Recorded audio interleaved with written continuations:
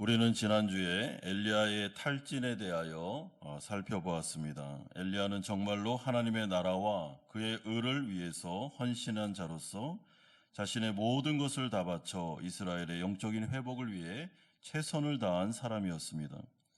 그는 열정과 열심이 대단한 사람이었고, 그래서 목숨을 걸고 아합을 비롯한 북이스라엘 백성들이 우상숭배에 빠졌을 때 비가 내리지 않도록 기도했을 뿐만 아니라 갈멜산에서 무려 850명이나 되는 바알과 아세라 선지자들과 혈투를 벌였던 선지자였습니다. 하지만 이 모든 일이 있은 이후에 아합과 이세벨을 비롯한 이스라엘 백성들이 회개하는 자리로 나오지 않고 오히려 자신을 이세벨이 죽이려고 하자 엘리야는 큰 영적인 침체에 빠지고 맙니다. 그래서 하나님을 향해 죽여달라고, 이제 선지자 노릇은 그만하고 싶다고 간청하면서 하나님께 호소하는 장면을 살펴보았습니다. 이에 하나님은 천사를 보내 반복적으로 그를 어루만져 주심으로 영적으로 힘을 주시고, 또한 먹을 것과 마실 것을 주심으로 육적으로도 위로하시는 장면이 지난주에 나와 있었습니다. 여러분, 그렇다면 엘리야가 이제 완전히 하나님의 이 어루만지심과 또한 그 먹을 것과 또 마실 것을 주심으로 말미암아 영적인 침체와 탈진에서 벗어났겠습니까? 오늘 본문을 잘 살펴보면 완전히 회복된 건 아니구나라는 것을 알게 됩니다. 그러므로 하나님께서 다시 엘리야를 찾아오셔서 그를 온전히 회복시키는 다음에, 그 다음에 이제 마지막 사명을 맡기시는데, 하나님께서 온전하게 엘리야를 회복시키는데 어떤 방법을 통해서 엘리야가 회복되었느냐라는 것이 오늘 본문에서 아주 중요한 부분입니다. 그러므로 이 부분을 잘 눈여겨보시면서 하나님 나라 백성들, 하나님의 용사들, 성도들은 이런 방법으로 탈진해서 번아웃된 상태에서 다시 회복될 수 있구나라는 것을 깨닫고 우리도 우리의 인생에 적용해야 될 것입니다. 첫 번째로 우리가 살펴볼 내용은 세미한 소리를 통해서, 하나님의 말씀을 통해서 회복시키는 장면이 9절에서 14절까지에 나오고 있습니다. 엘리야는 호렙산에 이르자마자 한 굴로 들어가 거기에서 머물게 됩니다. 그런데 이 9절에 보면 이 한 굴, 이 굴이라는 곳이 그 곳 굴이다라고 하면서 정관사가 붙어 있습니다. 이 말은 이 굴이라는 것은 과거에 출애굽기 때 모세가 여호와의 임재를, 여호와의 등을 살짝 보는 그런 장면이 나오는데, 그 시내산에서 그때 모세가 서 있던 바위가 있었던 굴, 바로 거기가 지금 엘리야가 들어가 있는 굴일 가능성이 높기 때문에 정관사가 붙어 있습니다. 이에 하나님은 엘리야를 찾아오셔서 질문하십니다. 9절에 엘리야야, 네가 어찌하여 여기 있느냐라고 물으십니다. 여러분, 이것은 엘리야가 왜 여기에 있는지 몰라서 묻는 질문이 아닙니다. 그렇죠? 하나님은 다 아십니다. 오히려 다 아시면서도 엘리야를 다시 깨우치기 위해서 던지는 질문이다라고 보시면 됩니다. 그러니까 이런 뜻입니다. 너는 왜 선지자의 사명을 다 잃어버리고 이렇게 나약한 상태로 패배의식에 사로잡혀서 여기에 와 있느냐라고 생각하시면 됩니다. 이에 엘리야가 10절과 같이 대답합니다. 내가 만군의 하나님 여호와께 열심히 유별하오니 이는 이스라엘 자손이 주의 언약을 버리고 주의 제단을 헐며 칼로 주의 선지자들을 죽여 싸우며 오직 나만 남았거늘 그들이 내 생명을 찾아 빼앗으려 하나이다. 여러분, 여기서 열심히 유별납니다라는 말은 직역하면 질투심이 가득합니다라는 뜻입니다. 그러니까 이 말을 정확히 번역하면, 저는 여호와의 질투심이 가득해서 이스라엘 백성들이 우상숭배를 했을 때 차마 두 눈으로는 그런 꼴을 보지 못함으로 말미암아 제가 하나님의 열심을 가지고 하나님의 나라를 위해서 최선을 다했습니다. 저는 목숨을 걸고 이 이방 선지자들과 싸운 자입니다 라는 어필입니다. 그러므로 지금 엘리야는 북이스라엘의 영적인 회복 불능 상태를 바라보면서 내가 이렇게까지 열심으로 최선을 다했는데 이스라엘은 회개하기는커녕 마지막 남은 저까지도, 여호와의 선지자인 저까지도 죽이려고 합니다 라고 하면서 그는 비판의 목소리를 하고 있습니다. 마치 하나님의 나라가 무너진 것처럼, 혼자 남은 자신마저 죽으면 이제 하나님의 나라는 정말 끝장나는 것처럼 그는 이 모든 생각에 사로잡혀서 이세벨을 피해서 지금 호렙산에 있는 한 굴에 들어와 숨어 있습니다. 라고 자신의 상태를 정확하게 말해주고 있습니다. 따라서 우리는 이러한 엘리야의 모습을 지켜보면서 하나님의 사람들의 탈진, 번아웃이 결코 간단한 문제가 아니구나라는 것을 알게 됩니다. 여러분, 지난주에 우리가 살펴봤잖아요. 주님이 몇 번씩 찾아오셔서 천사를 통해서 어루만지시고 능력을 주시고 먹을 것과 마실 것을 주면서 육신적인 필요를 회복시켜주고 계속해서 쉬어라, 너 다시 회복돼야 된다라는 위로를 자꾸 주셨는데도 불구하고 아직 여전히 엘리야는 회복이 잘 안 되고 있었습니다. 여러분, 배터리 같은 경우는 앵꼬가 나면 충전하면 그만입니다. 그런데 성도의 영적인 침체는 그런 성질의 것이 아님을 우리는 오늘 본문을 통해서 깨닫게 됩니다. 왜냐하면 하나님의 이 계속 반복적인 위로에도 불구하고 엘리야가 잘 이 감정이 또한 마음이 잘 올라오지 않고 있기 때문에 그렇습니다. 그렇다면 그 이유가 무엇일까 생각해 볼 때 저는 엘리야가 육신적으로는 어느 정도 회복됐다고 생각합니다. 그러니까 100km가 넘는 광야에서부터 여기 호렙산까지를 걸어왔죠. 그 정도는 회복이 됐습니다. 그런데 영적으로나 감정적인 부분에서 잘 회복이 되고 있지 않구나라는 것을 알게 됐는데 그 이유가 여러분 엘리야가 하나님께 답변한 그 10절에 나와 있습니다. 그러므로 이 10절을 요약해서 말하면 이런 뜻입니다. 엘리야는 지금 자기중심적인 어떤 생각에 빠져 있기 때문에 그는 이 영적인 침체에서 탈진해서 잘 올라오지를 못하고 있습니다.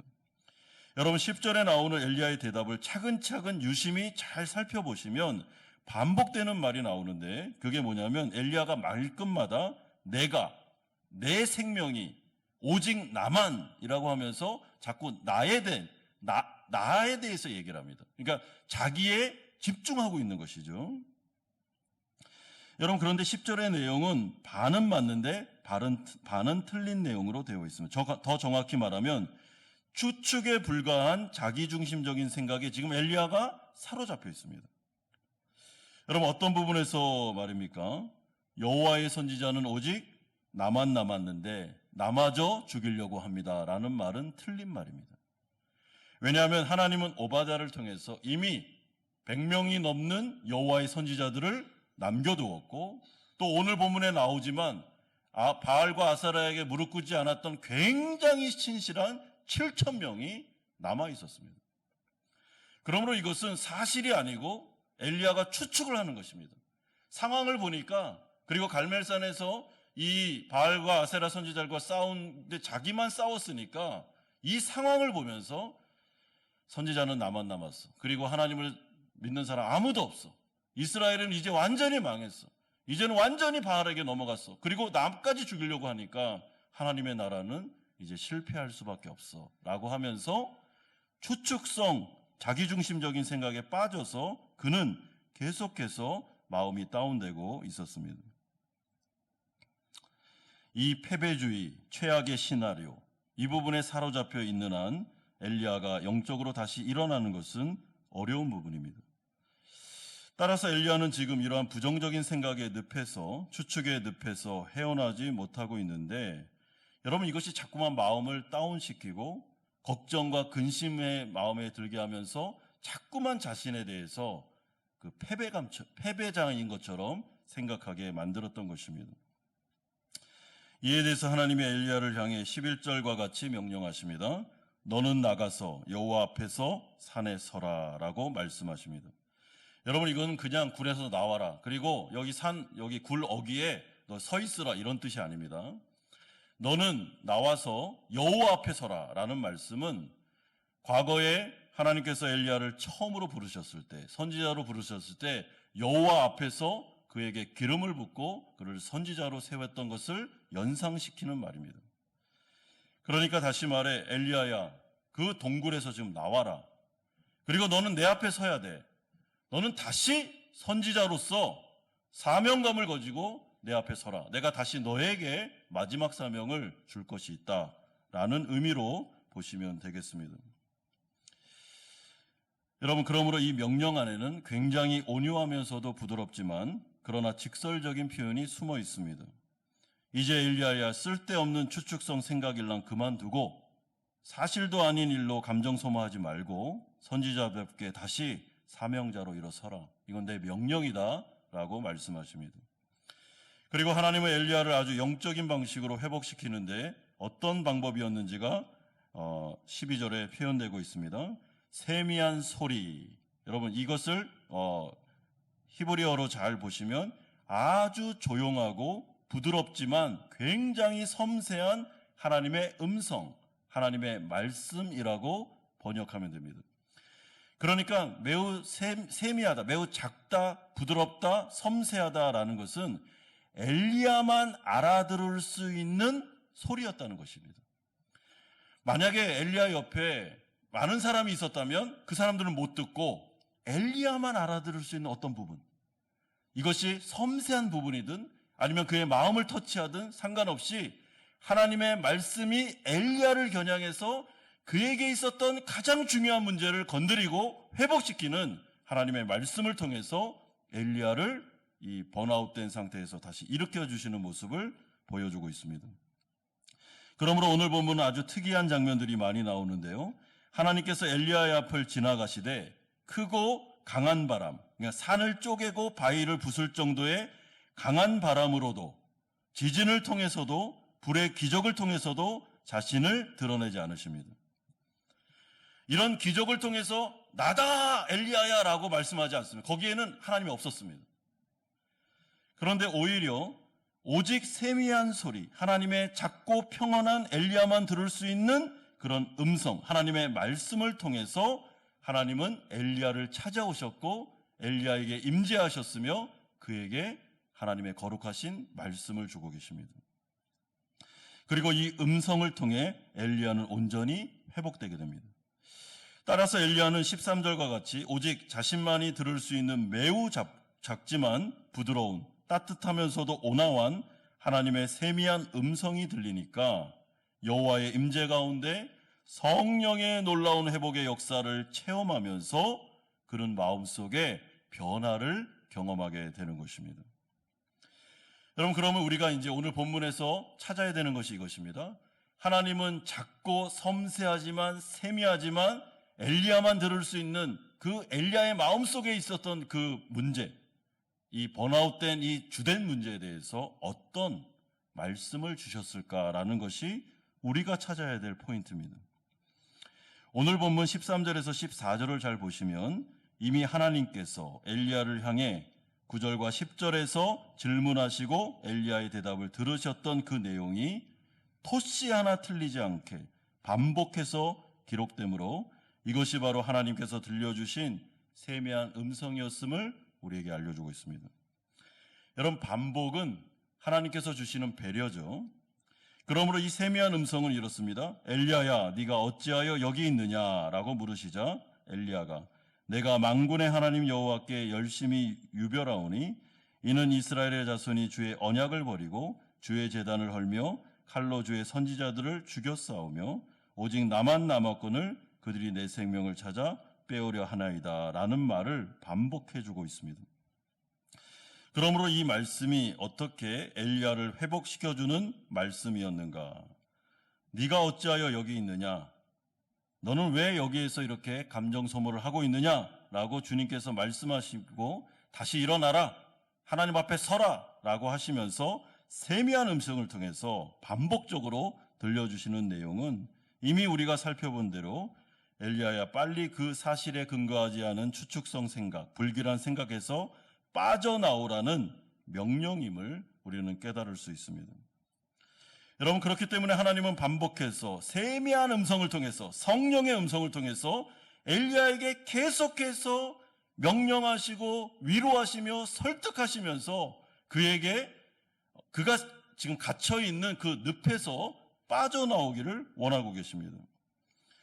엘리야야, 지금 너는 자신을 실패자라고 생각하는데 그건 결코 사실이 아니다. 이세벨은 너를 절대로 죽이지 못한다. 여호와의 선지자는 너만 남아있는 것이 아니다. 그거는 사실이 아니다. 왜냐하면 내가 알지 못하는 하나님의 사람들과 선지자들이 여전히 많이 남아 있으며 그러므로 네가 걱정하는 대로 하나님의 나라가 무너지지 않는다. 하나님은 건재하시고 하나님은 여전히 살아계셔서 너와 상관없이도 이 하나님의 나라를 이끌어갈 수 있으니까 걱정하지 말고 그 침체에서 빨리 하나님을 바라봄으로 일어나기를 바란다라고 말씀해주고 있습니다. 여러분, 이것이 바로 하나님께서 영적 침체에 빠져 있는, 그래서 번아웃된 엘리야를 찾아오셔서 그를 회복시키는, 위로하시는 유일한 방법이었습니다. 태풍과 지진과 불의 기적도 아니라 오직 하나님의 살아있는 세미한 음성을 통해서 그를 찾아오십니다. 여러분, 그렇기 때문에 오늘 본문을 통해서 우리가 알 수 있는 것은 하나님 나라 백성들에게는 참 이 세상 사람들이 알 수 없는 비밀이 하나 있습니다. 그게 무엇인가 하면 하나님께서 성령을 통해서 나에게 직접 말씀하실 때가 있다는 것입니다. 음성을 듣는다 이런 것보다는 지금은 성령을 통해서 하나님께서 하나님의 사람들, 설교자나 아니면 이 성경이라는 이 하나님의 책을 통해서 우리에게 말씀해 주시는데, 하나님의 말씀을 듣다가 이런 생각이 듭니다. 어떻게 나에게 정확하게 내 문제를 이렇게 하나님이 터치하실까라고 생각이 들 때가 있습니다. 오늘 하는 저 설교는 완전히 나한테 하는 말이다. 누가 목사님한테 일러 바쳤나 보다 싶을 정도로 설교가 시작되면서부터 끝날 때까지 나를 대고 얘기합니다.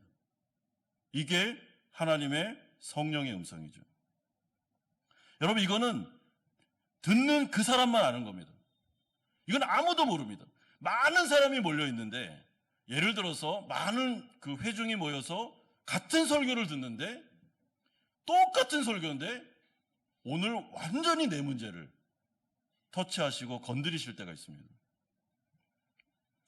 이것이 바로 하나님께서 주시는 세미한 음성이고, 이거는 기적 중의 기적이며, 여러분, 산이 쪼개지는 기적, 뭐 저기서 강한 바람이 부는, 지진이 일어나는 기적, 뭐 불이 떨어지는 기적보다도 더 큰 기적이 뭐냐면 하나님의 말씀이 나의 귀에 생생하게 나를 향해서 하시는 말씀으로 들릴 때, 그것이 가장 큰 기적입니다.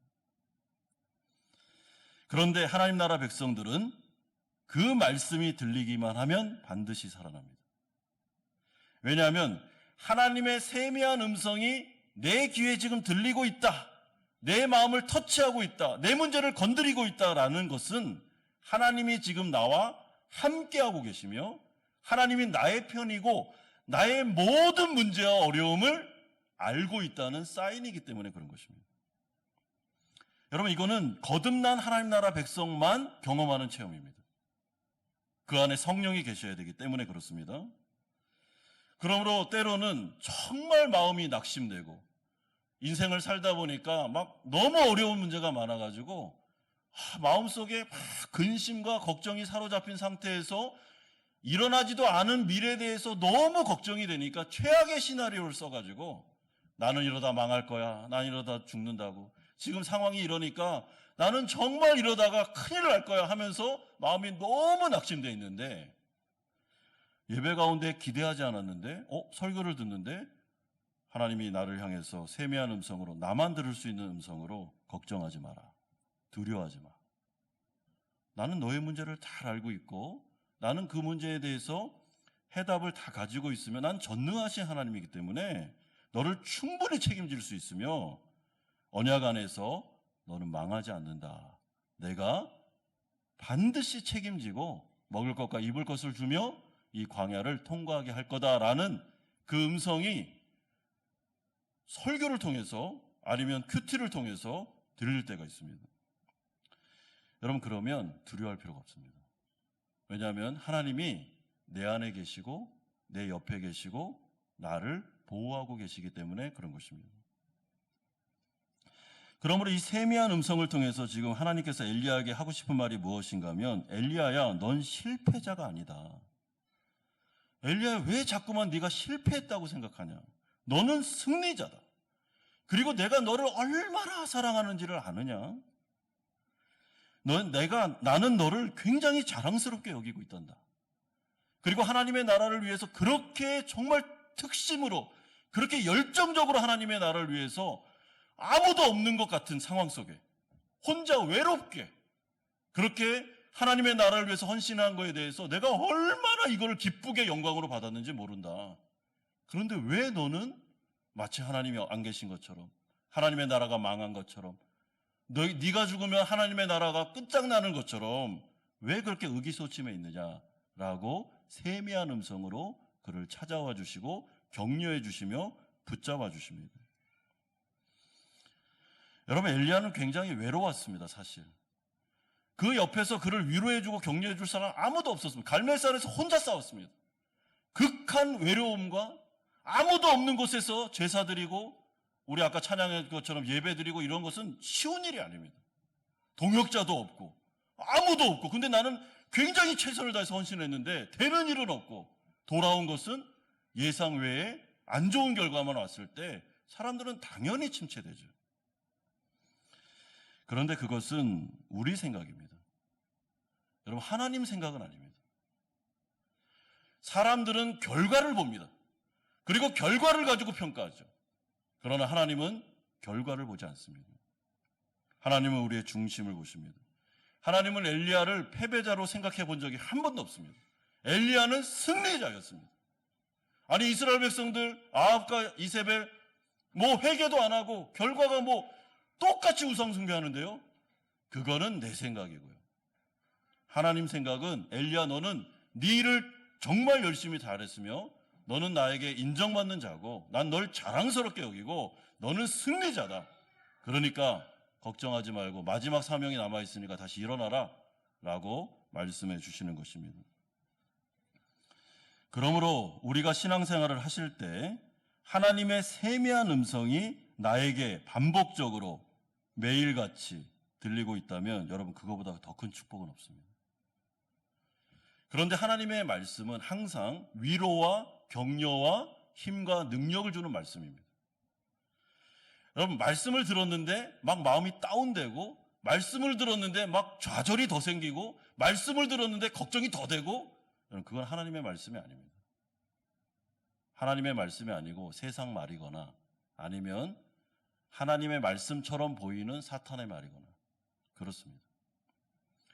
하나님의 말씀은 반드시 살리는 말씀, 회복시켜 주시는 말씀, 우리를 위로하고 싸매주는 말씀, 다시 능력을 부어주는 말씀이지 우리를 더 침체시키는 말씀은 아닙니다. 그러므로 하나님께서는 엘리야를 찾아오셔서 섬세하고 세미한 엘리야만 들을 수 있는 음성으로 말씀해 주셨듯이 오늘도 우리에게 동일하게 말씀하고 계십니다. 두려워하지 마라.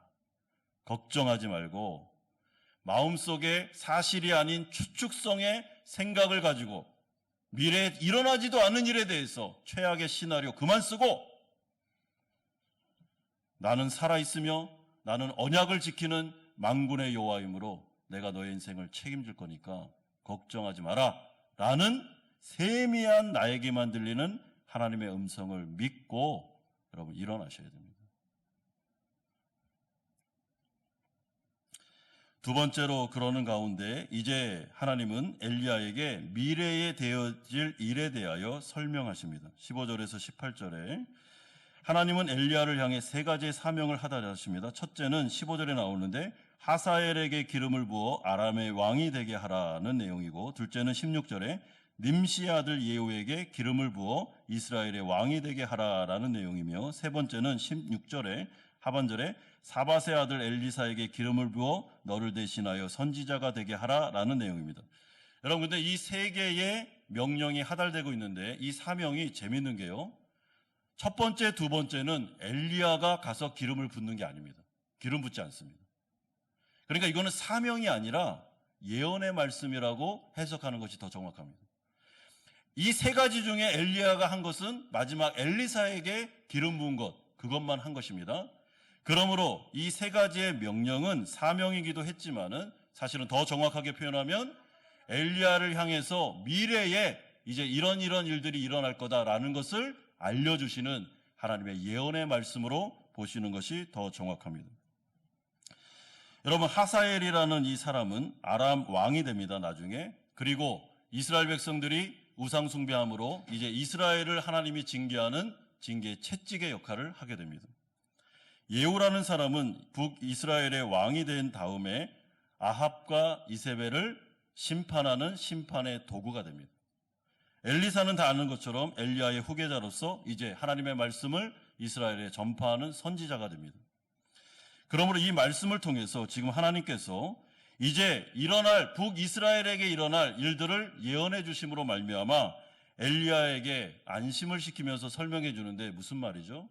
엘리야야, 네가 엘리사에게 기름을 붓고 너는 은퇴하고 엘리사라는 너의 후계자가 나왔을 때 그때도 걱정할 필요가 없는 것은 하나님은 살아서 역사를 주관하는 분이시기 때문에 하나님은 어떻게 해요?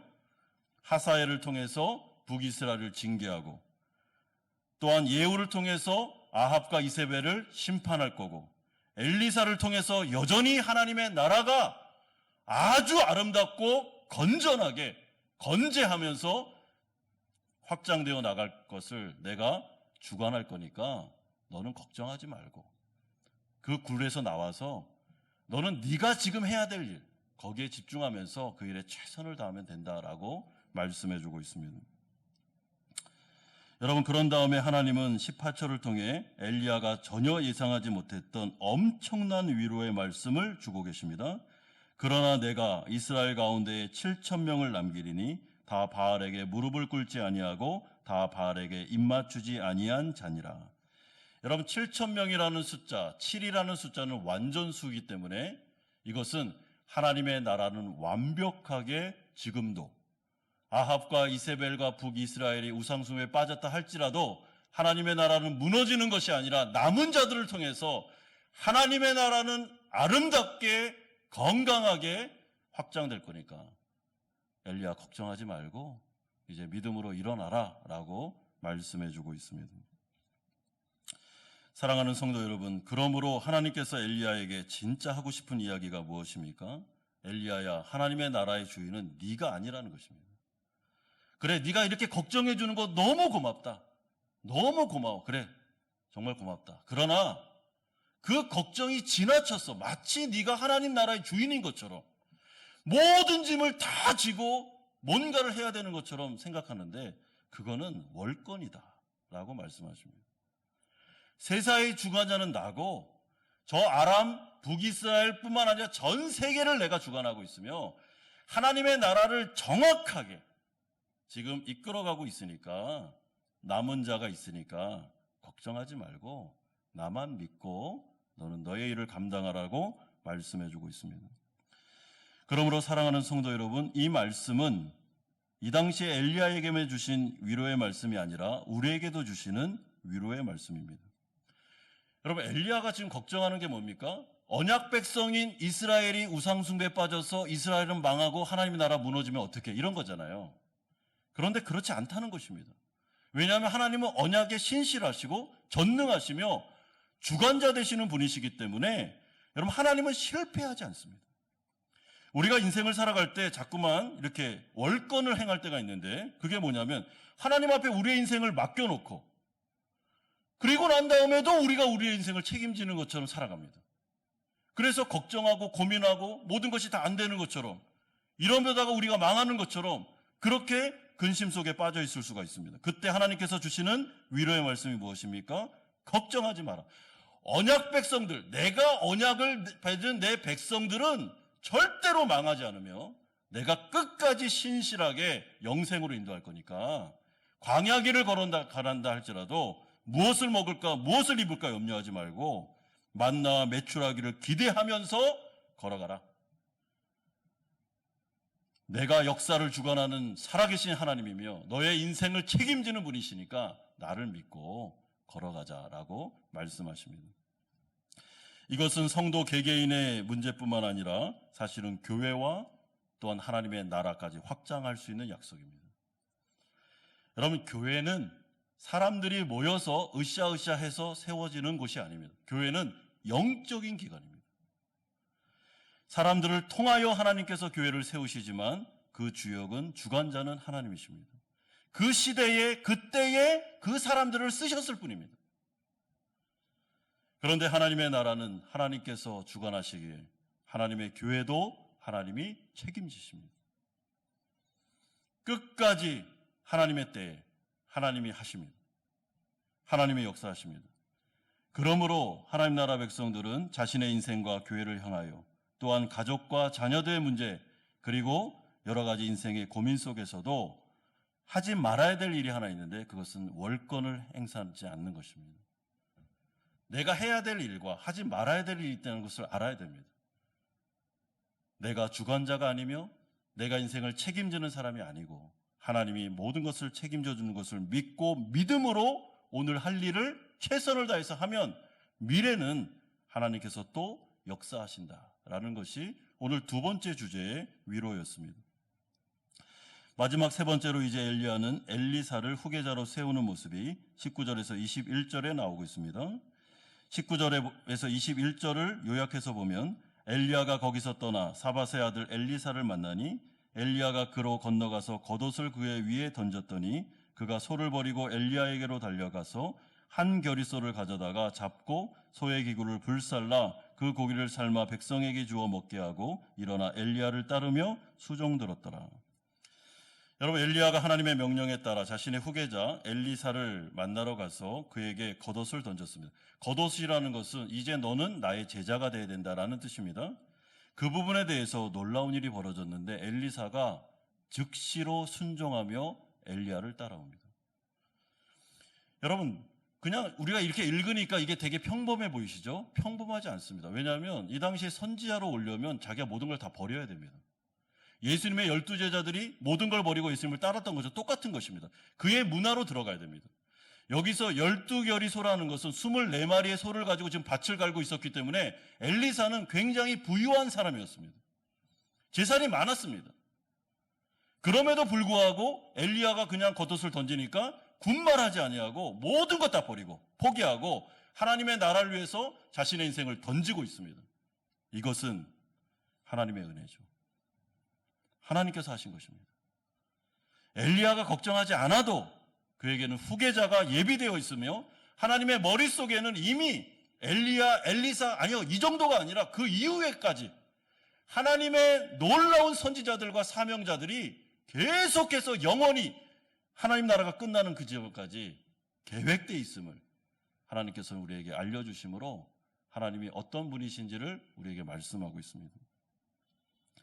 그렇기 때문에 엘리야의 이 작은 머리로 하나님의 나라와 그의 일을 추측한다? 여러분, 그건 불가능합니다. 그 작은 머리로 하나님을 담는다? 불가능합니다. 인간은 하나님을 담을 수 없습니다. 다 이해할 수도 없습니다. 우리는 한 치 앞도 모르는 피조물입니다. 그러나 하나님은 전지전능하시며 시간을 초월해 계시며 미래를 현재로 보고 계시는 전능하신 분이심을 기억하셔야 됩니다.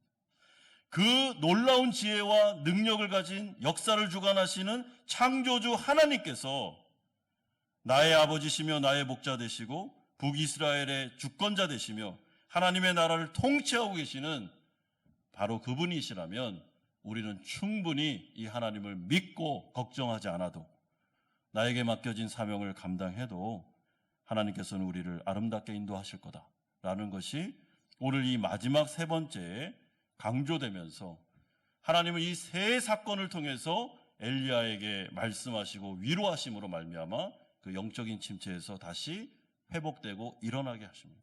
이것이 바로 하나님의 놀라운 위로요, 하나님의 격려인 것입니다. 사랑하는 성도 여러분, 그러므로 엘리야가 번아웃된 그 여러 가지 영적인 침체에서 일어날 수 있는 유일한 방법은 하나님의 말씀과 그의 설명, 또한 그로 인하여 회복되는 것을 우리는 확인할 수 있습니다. 하나님 나라 백성들이 번아웃되고 영적 침체에 빠지며 그리고 여러 가지 어려움 속에 빠졌을 때 여러분, 다른 곳으로 가면 해결이 안 됩니다. 해결되는 것처럼 보이죠. 일시적으로는 위로가 올 수 있습니다. 그러나 그건 일시적인 것이고 온전한 회복은 하나님의 말씀밖에는 없습니다. 분명한 살아있는 세미한 나만 들을 수 있는 하나님의 음성을 들어야 됩니다. 하나님이 오늘 나에게 말씀하셔야 됩니다. 저기 있는 어떤 분에게 말하는 일을 끼어서 이렇게 들으면 안 됩니다. 오늘 나를 지목해서 말씀하셔야 됩니다. 그 말씀을 들으면 살아날 수 있습니다. 오늘 이 엘리야의 말씀을 통해서 이 자리에 계신 우리 사랑하는 성도님들에게도 분명히 하나님께서 주시는 말씀이 있을 겁니다. 내 상황에 맞는 그 말씀, 나에게만 들려지는 적용되는 그 말씀이 있을 겁니다. 그러면 그 말씀을 붙잡으시면 됩니다. 그러면 하나님의 영광을 체험하게 될 것입니다. 사랑하는 성도 여러분, 하나님은 살아계십니다. 하나님은 지금도 건재하십니다.